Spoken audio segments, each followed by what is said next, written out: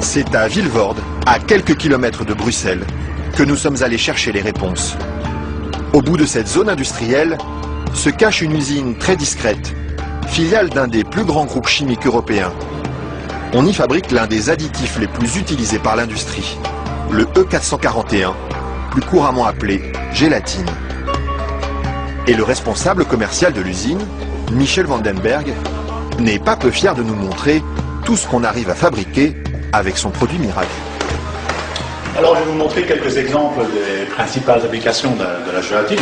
On a vraiment le secteur alimentaire qui est l'application la plus importante au niveau mondial. Alors vous avez ici tous les produits gélifiés. Le premier marché pour lui, ce sont les bonbons. Mais on trouve aussi sa gélatine dans des gélules pharmaceutiques, des pellicules photo et même des shampoings.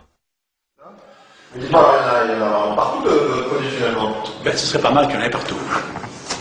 Mais pour ça, il faut produire toujours plus. Alors ici, l'usine tourne à plein régime.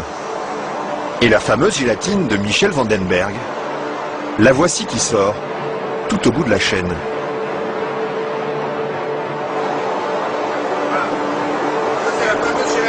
Ça, c'est la gélatine. Ce sont ces spaghettis qui collent aux doigts. Il faut à peu près 3 à 4 jours pour arriver jusqu'ici. De la préparation de la matière première jusqu'à le séchoir ici. 3 ou 4 jours de transformation dans les entrailles d'une usine où ces immenses cuves remplies d'acide et d'eau bouillante font régner une moiteur tropicale. Et au milieu de cette atmosphère étouffante, il y a un détail qui frappe le visiteur et qui pénètre jusque dans les locaux les plus protégés de l'usine. C'est pourquoi ça? Ah, c'est les odeurs. Elles sont mauvaises ici? D'accord, ça dépend. Une odeur âcre d'acide et de graisse brûlée qui flotte sur tout le site jusqu'à l'extérieur de l'usine. Et la raison de cette odeur, la voici. C'est la matière première avec laquelle on fabrique la gélatine. Ça, c'est la matière première. Nous traitons donc la couenne, la peau de porc.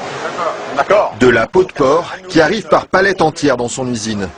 Une matière première qui ne lui coûte presque rien et qu'il achète dans toute l'Europe. Ceci vient de Hongrie. Ça vient de Hongrie, d'accord. Voilà. Et tous les jours, près de 150 tonnes de couenne de porc attendent dans ce hangar d'être dévorées par un monstre d'acier au nom évocateur, Dinosaurus.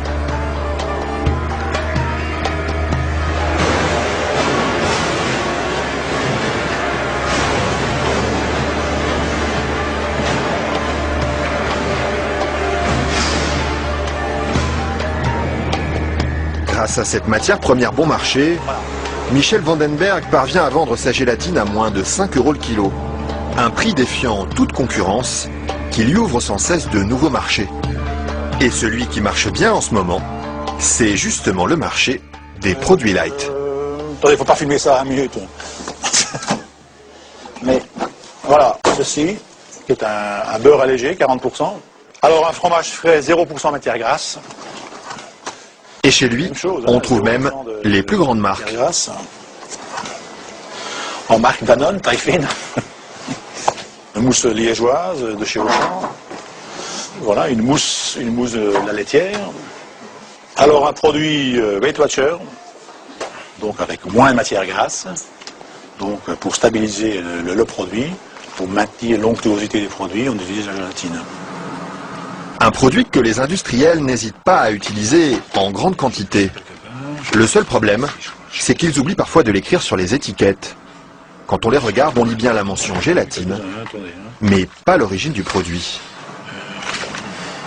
Ils mettent gélatine, mais ils disent pas quelle est l'origine de la gélatine. Pourquoi? Ils assument pas que ce soit fait à partir de porc. C'est quoi le problème qu'ils ont avec ça? Non, mais je veux dire... Non, parce que c'est un sujet très sensible. Ouais. Parce qu'il y a quand même les minorités, les minorités musulmanes, juives et autres, qui éventuellement ont des problèmes avec ça. Mais ce serait bien justement de leur dire... Ça, je voudrais pas que... Oui, je sais bien, mais je sais pas s'il faut me mettre ça dans l'émission. Mais c'est vrai que, bon, Parce que du coup, ils savent pas si c'est du porc ou de la vache. Du coup, comment ils font pour consommer? C'est ça le problème. Il faudrait peut-être leur dire.